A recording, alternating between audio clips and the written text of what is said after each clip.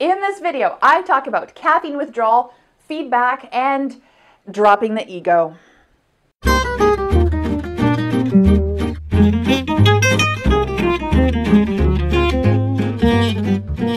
Welcome to episode 8 of the Ask Sabramowicz show, where you ask your instructional design questions and I, Anna Sabramowicz, your host, answer them. Episode 8, super awesome. Okay, fun fact for today, fifth day for me without coffee. Seriously? Am I regretting it? Yesterday, I would have said yes. Today, feeling a little bit better. If you didn't know you had a caffeine addiction, quit coffee for 2 days. Whoo! Changes your life. Anyways, I'm doing good. Let me know.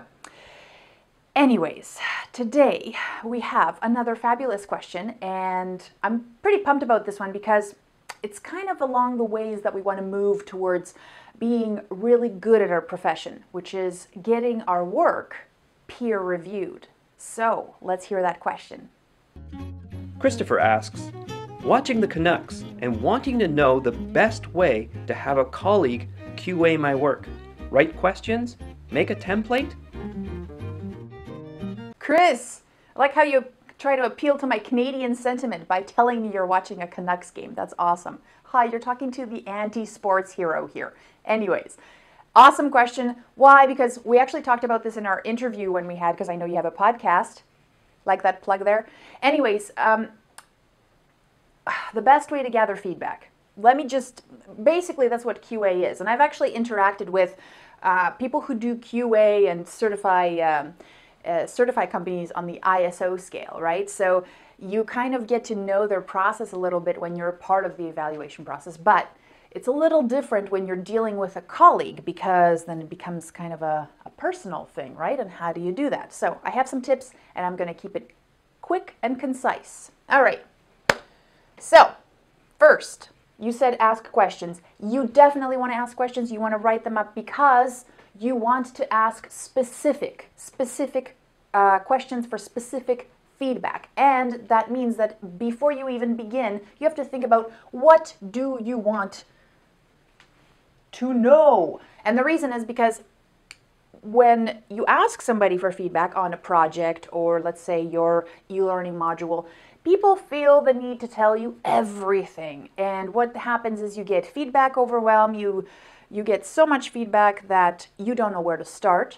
And it overwhelms you so much that you feel like you failed somehow because, you missed some sentence commas or periods, right? When you really wanted to know if it flowed well. So what you really want to do is figure out, do you want to have somebody give you feedback on the flow or the mechanics of an interaction that you've worked out? Or how is the user experience? Is it easy to navigate? Are they finding all the things that they need to do to execute this experience? Or is it the accuracy of the information? Are they saying the right things? Are you using the right acronyms? Those kinds of things. So decide what that is and then ask those specific questions. Also, really telling is observing, I can say that, observation. Observing the people who are interacting with your learning experience. So you want to see how they're moving, if they're squinting, are they uncomfortable, are they laughing? That's usually a sign of I don't know what to do. So observe those things. Also, and I got this one from a workshop that I attended years ago, when you're doing basically what you're doing is you're also wanting to see how they're experiencing this as a learner sometimes, depending on your goals. And so you might want to simply ask them to interact or engage with your learning experience. And when they're watching, tell them that they can ask you questions, but offer no advice, no feedback, no guidance of your own. And when they ask you for that information, only provide what they asked for. Do not prompt. So sit there, observe as if you don't exist and you're just a little button, help, question, hint button. And then record those, because then what they do is they help you create those questions that they asked, help you improve the experience for the next learner, because now you know what's missing. And yes, So I already told you, record these experiences. They're excellent because you are in the moment, you never catch everything, and you're also trying to think of how is this person going to interact with my learning experience, or how are they perceiving it, and you're not actually getting the whole picture of how they're actually reacting and interacting with it. Keep it short so you can keep it engaged and focused on those questions so you don't digress, and that keeps it fun. Then they'll maybe want to do it again with you because you kept it very, very focused. Also, you want to drop your ego, right? I mean, that's easy to say because now you're having a colleague basically give you feedback and you're hoping that they don't think you're a total fool because you thought of something crazy or innovative and you're hoping it's working. But that's the process of iteration.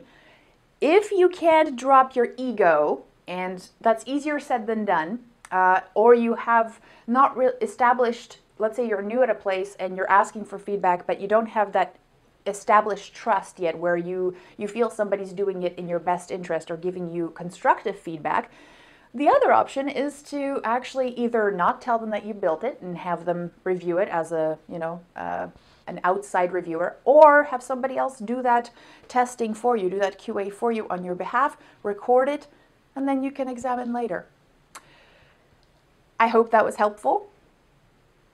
This is my feedback guidance. What is your feedback strategies? How do you gather feedback on your projects? I'd love, love, love to hear what you guys are using and how are you gathering this feedback and how are you receiving it? What works for you? Anyways, put your feedback in the comments. Also, here's a very important message I have from the from the big head honcho at YouTube. He wants you to, or she wants you to subscribe to this YouTube channel. That's right. And also, it lets me know if you're finding it useful, and also it saves you time because then you get that every time I post a video, you get a inbox message that says, hey, guess what, surprise, new video. And one last message from the Ask Sabramowicz show. Get on Twitter and ask me those questions. This is how it works. You use the hashtag #AskSabramowicz, and then I search for those hashtags and I answer your questions just like everybody else has done before you. So if you want to be the star of my next show, please use the hashtag #AskSabramowicz to ask your burning instructional design questions. And I'll see you next time. Hey, you know what? You should subscribe. I drop a lot of knowledge bombs here. Some of them are weird, but they're all reflective thinking about instructional design and my own experiences, and I think you'll find them useful. And yeah, subscribe. I'll see you later.